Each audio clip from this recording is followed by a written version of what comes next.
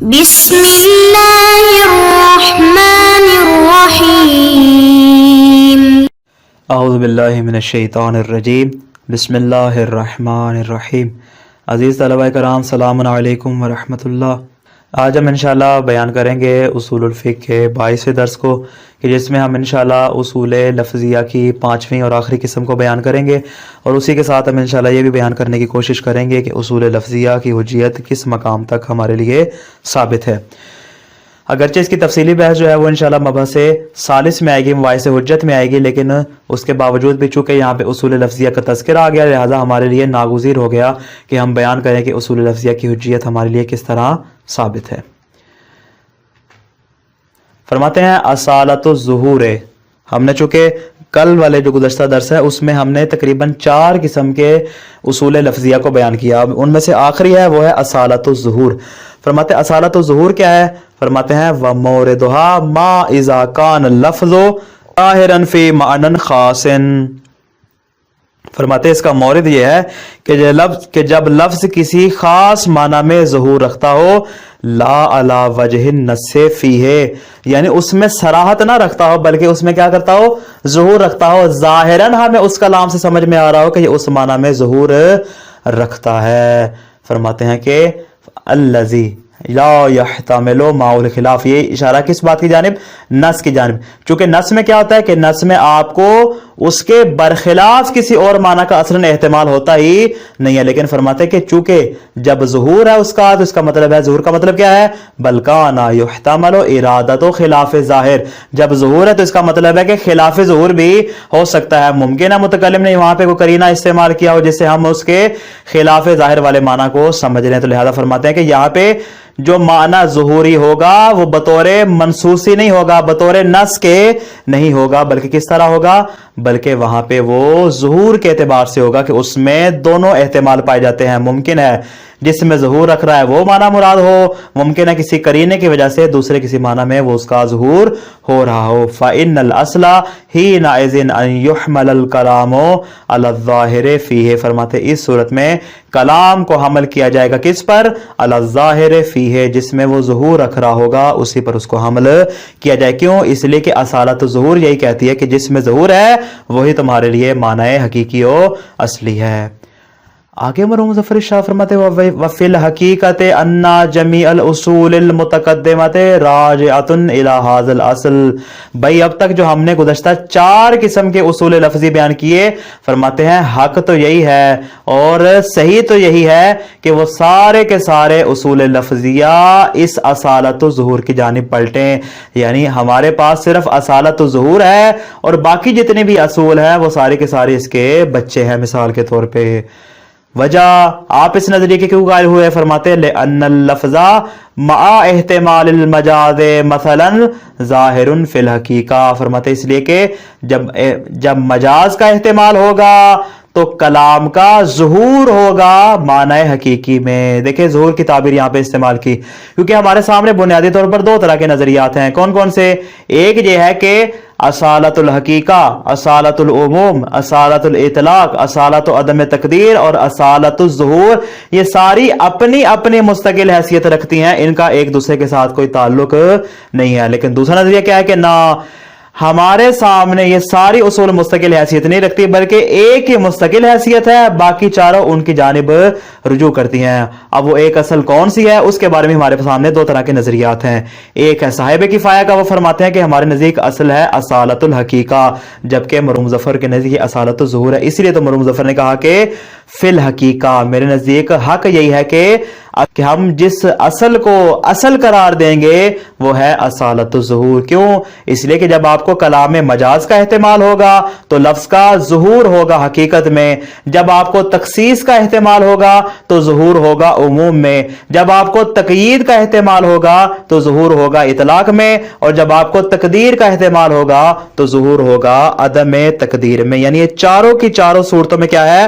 ظاہر فی الحقیقہ، ظاہر فی العموم، ظاہر فی الاطلاق ظاہر فی عدم، یعنی چاروں صورتوں میں ہم دیکھیں تو اصلا ظہور کی ہی بات آ رہی ہے. جب ظہور کی بات آ رہی ہے تو اس کا مطلب یہ ہے نہ اصالت الحقیقہ کا وجود ہے، نہ اصالت العموم کا وجود ہے، نہ اصالت الاطلاق کا وجود ہے، اور نہ ہی اصالت و عدم تقدیر کا، بلکہ اصل میں یہ چاروں کی چاروں پلٹتی ہیں اصالت الظہور کی جانب. نتیجہ فمعدہ اصالت الحقیقت نفس و معدہ اصالت الظہور.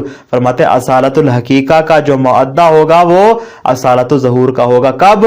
فی مورد احتمال تخصیص، جب آپ کو شک ہو جائے کہ ممکن ہے متکلم نے یہاں پہ کوئی تخصیص لگائی ہو. فرماتے ہیں اس صورت میں اصالت الحقیقہ اصل پلٹے گی کس کی جانب؟ اصالت الظہور کی جانب. اصالت العموم پلٹے گی اصالت الظہور کی جانب. اصالت الاطلاق پلٹے گی اصالت الظہور کی جانب، اور اصالت عدم تقدیر پلٹے گی اصالت الظہور کی جانب. وہکذا فی باقی الاصول المذکورہ، جیسا کہ میں نے بھی بیان کر دیا. آگے فرماتے ہیں فلو عبرنا بدلا عن کل من هذه الاصول باصالت الظہور. مرحوم مظفر فرماتے ہیں میں فقط اتنی بات پہ اکتفا نہیں کروں گا کہ میں اتنا کہہ دوں کیا کہ سارے کے سارے اصول پلٹتے ہیں اصالت و ظہور کی جانب. فرماتے ہیں نہ، میں فقط اس پر انحصار نہیں کروں گا بلکہ میں ایک قدم مزید آگے بڑھاؤں گا. فلو عبرنا، اگر ہم یہاں پہ ایک تعبیر استعمال کریں، کون سی تعبیر؟ فرماتے ہیں بدلاً عن کل من هذه الاصول، اصالت الحقیقہ، اصالت العموم، اصالت الاطلاق، اصالت و عدم تقدیر. فرماتے ان ناموں کی بجائے اگر ہم ان چاروں اصلوں کا نام بدل دیں اور ان چاروں کا نام کیا رکھ دیں؟ بے اصالت ظہور. ہمارے سامنے ایک ہی اصل ہے اصالت ظہور. فرماتے اگر ہم اس طرح تعبیر کر دیں کانت تعبیر صحیحہ مؤدیًا للغرض، یہ تعبیر صحیح بھی ہوگی اور فرماتے ہیں غرض کو پہنچانے والی بھی ہوگی. کیوں؟ اس لیے کہ اصالت الحقیقہ میں بھی ظہور ہے، اصالت الاطلاق میں بھی ظہور ہے، اصالت العموم میں بھی ظہور ہے، اصالت و عدم تقدیر میں بھی ظہور ہے. بھائی جب سب میں ظہور ہے تو اس کا مطلب ہے ہماری غرض کیسے پوری ہوگی کہ ہم ان اصول کے نام ہٹا کے ان کو اصالت الظہور کا نام دے دیں. بل کلہ یرجع اعتبارہ، فرماتے سارے کے سارے اپنے معتبر ہونے میں رجوع کریں گے اور اپنی حیثیت کو ثابت کرنے میں رجوع کریں گے الی اعتبار اصالت الظہور، اصالت الظہور کی جانب رجوع کریں گے. تو نتیجہ فلیس عندنا، یہ صاحب کتاب کا نظریہ ہے، فلیس عندنا فی الحقیقت الا اصل واحد. فرماتے ہیں حقیقت میں ہمارے سامنے 5 قسم کے اصول عملیہ نہیں ہوں گے بلکہ کیا ہوگے؟ ہمارے سامنے فقط ایک ہی اصل ہوگی کہ جس کا نام ہے اصالت الظہور. یعنی ہم تمام صورتوں میں کیا کہیں گے؟ ہمارے سامنے اصالت الحقیقہ میں بھی اصالت الظہور ہے، اصالت العموم میں بھی اصالت الظہور ہے، اصالت الاطلاق میں بھی اصالت الظہور ہے، اور اصالت و عدم تقدیر میں بھی اصالت الظہور ہمارے لیے ثابت ہو جائے گی. آگے فرماتے والذا، والذا کا مطلب کیا؟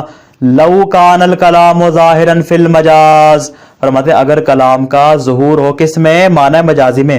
دیکھیں ہم نے اب پہلی والی صورتوں کا برعکس کر دیا. پہلے ہم نے کیا کہا تھا؟ حقیقت میں ظہور، عموم میں ظہور، اطلاق میں ظہور، عدم تقدیر میں ظہور. فرماتے ہم نے وہاں پہ ان میں ظہور قرار دیا تھا، لیکن فرماتے اگر اس کا برعکس ہو جائے لو کان الکلام ظاہرا فی المجاز، اگر کلام کا معنی حقیقی میں ظہور نہ ہو بلکہ معنی مجازی میں ظہور ہو، واحتمل ارادۃ الحقیقہ، اور فرماتے اسی طرح آپ کو احتمال ہو کہ ممکن ہے یہاں پہ متکلم نے معنی حقیقی مراد لیا ہو، لیکن چونکہ ظہور ہے معنی مجازی میں تو ہم اصالت و ظہور پر عمل کریں گے. ان عکس الامر، صورتحال برعکس ہو جائے گی. اب یہاں پہ معنی حقیقی میں ظہور نہیں ہوگا بلکہ معنی مجازی میں ظہور ہوگا. کیوں؟